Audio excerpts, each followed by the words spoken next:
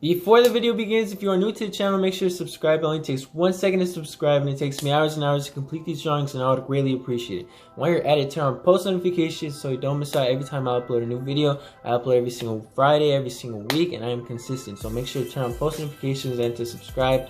But other than that, enjoy the rest of the video.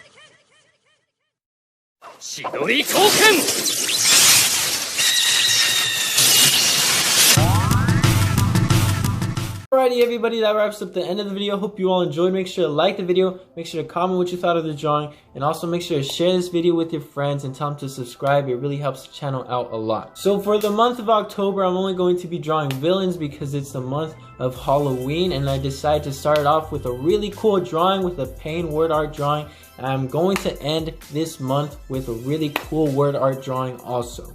Hopefully you can all enjoy this theme of only drawing villains for the month of October, the month of Halloween, and I'm calling it Villaintober, so hopefully you all can enjoy it. I'm going to be leaving my other videos in the description, so if you want to check it out, check it out. I'm sure you'll find an anime character that I've drawn that you may really like, so make sure to check it out. It's going to be in the description. But yeah, everybody, hope you all enjoyed. Make sure to stay safe, and until next time, everybody, peace.